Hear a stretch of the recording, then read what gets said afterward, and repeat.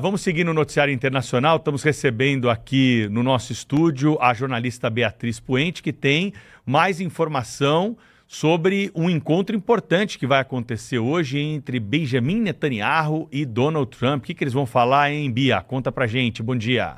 Bom dia, Pedro. Bom dia, Sônia. Pois é, aquela casa de Donald Trump lá em Mar-a-Lago não para de receber visita. Ontem foi Zelensky, hoje temos Netanyahu por lá, mas com um tom um pouco diferente. Vai ser uma reunião a portas fechadas, sem ali nenhuma coletiva de imprensa prevista até agora, justamente porque a ideia é que Donald Trump pressione Netanyahu para uma segunda etapa, para o avanço daquele plano de paz envolvendo a região de Gaza. A gente lembra que essa segunda etapa, ela prevê principalmente o desarmamento do Hamas na região, a criação também de um conselho de paz ali, que seria uma espécie de governo de transição, e também a retirada total das tropas israelenses da região de Gaza. Etapas que até agora, pontos que até agora não evoluíram em nada. É um processo que está totalmente ali parado nos últimos meses. A gente realmente teve ali uma paralisação na etapa 1, na estaca 1 desse plano de paz, que tem mais de 20 pontos e várias etapas. Trump ele vai lhe pressionar por esses avanços e, claro, pontos ali sensíveis que ainda não foram desenhados como que tudo isso vai acontecer. A gente inclusive teve nos últimos meses ali várias violações do acordo de paz, daquela primeira etapa que previa um cessar-fogo. Então tivemos ataques dos dois lados ali, tanto do lado palestino com o Hamas, como também do lado israelense. Trocas ali de ataques, bombardeios, disparos também que foram feitos contra palestinos no território de Gaza. Então, um acordo que na primeira etapa já foi muito sensível e agora o governo americano pressiona para uma evolução, para um avanço. Não sabemos, como isso vai acontecer, como eu disse, reunião a portas fechadas, mas a gente fica de olho, porque isso pode desenhar como que vai ser essa política externa de Israel em relação à guerra em Gaza, esse conflito em Gaza que acabou nos termos ali,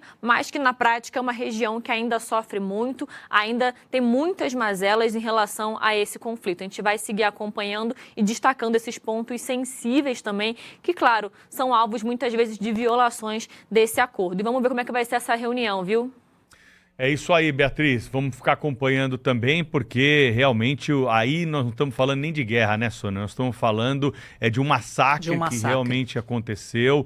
A região de Gaza ficou absolutamente destruída, né? Uma desproporção total ali de forças empregadas nessa região. E não sei se nós temos avanço aí a curto prazo agora, né? Porque é muito difícil, Sônia, ter algum tipo de convergência depois da terra arrasada que virou ali a faixa de Gaza após as incursões israelenses, né?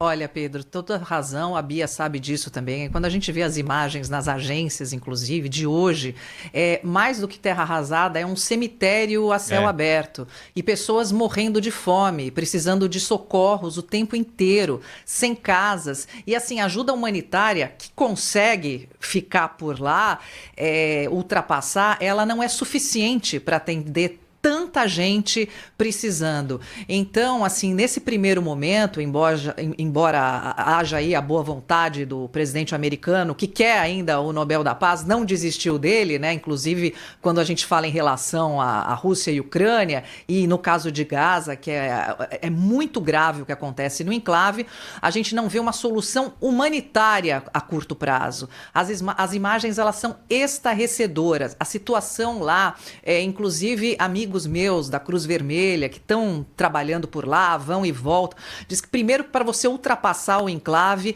é muito difícil e depois que quando você permanece lá, até para a própria ajuda que já vem com certo respaldo, é difícil permanecer, porque eles também precisam comer, precisam ser tratados, também pegam doenças. Então o grande desafio hoje lá no enclave, é cuidar de quem sobreviveu.